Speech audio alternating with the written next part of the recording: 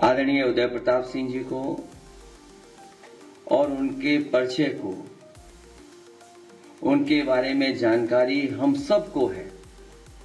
यहाँ जितने हमारे पत्रकार साथी हैं, समाजवादी साथी हैं, उन्होंने जहाँ पार्टी के कई कार्यक्रमों में सुनने का भी मौका मिला होगा और बहुत सारे महत्वपूर्ण जो कवि सम्मेलन हुए हैं उनमें भी सुनने का मौका मिला होगा।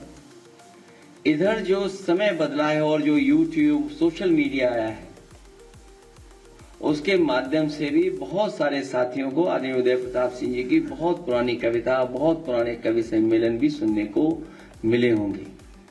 आदरणीय उदय प्रताप सिंह जी न केवल हमारे आपके बीच के हैं, बल्कि पूरे देश के, और अगर हम देखें अंतर्राष्ट्रीय स्तर पर, अगर कोई आज के समय पर सबसे बड़ा कवि दिखाई देता है तो आदरणीय उदय प्रताप सिंह जी दिखाई देते हैं। जहां आदरणीय उदय प्रताप सिंह जी नेताजी के गुरु रहे, नेताजी को सिखाया, नेताजी को आगे बढ़ाया, नेताजी के ही राजनीतिक क्षेत्र में, और जहां से नेताजी और आदरणीय उदय प्रताप सिंह जी निकले, दोनों लोग राजनीति के और समाज की ऊंचाइयों तक पहुंचे। ऐसे कम लोग होंगे जो इस तरह का संबंध, इस तरह का व्यवहार रखते रहे होंगे।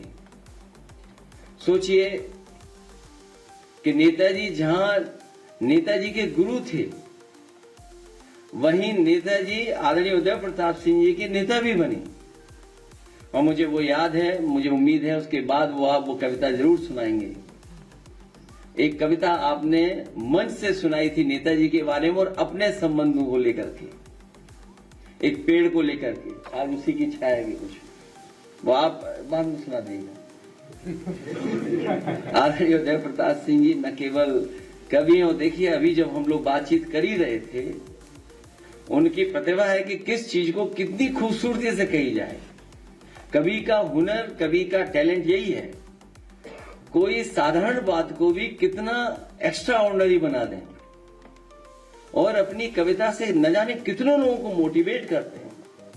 जहां हम समाजवादी लोग समय समय पे उनकी कविता से इंस्पायर होते हैं। जो कविता उन्होंने कभी पढ़ी होगी और उस कविता का महत्व आज भी है उतना ही जितना उस समय रहा होगा। और मुझे याद है एक त्योहार के समय पर जब मुझे पूरे देश के नेताओं को सम्मान देना था और उनको अपनी तरफ से शुभकामनाएं देनी थी, तो उस समय मैंने बहुत सोचा कि मैं क्या शुभकामनाएं दूं और क्या उस कार्ड में लिखूं जो देश के सभी नेताओं तक बात पहुंच जाए। आदरणीय उदय प्रताप सिंह जी को याद होगा, मैं मुख्यमंत्री था जब कार्ड में सब जगह बांट रहा था, भेज रहा था। उस समय कार्ड पे मैंने वही कविता आपकी लिखी थी कि ना तेरा है ना मेरा है, हिंदुस्तान सबका है, और ये बात न समझी गई तो नुकसान सबका है। वो कविता उस समय भेजी थी और आज भी उस कविता का महत्व बनता है।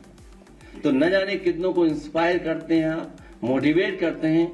और जो सच्चा कवि होता है वो पॉलिटिकल और समाज को कभी न कभी दिशा देता है।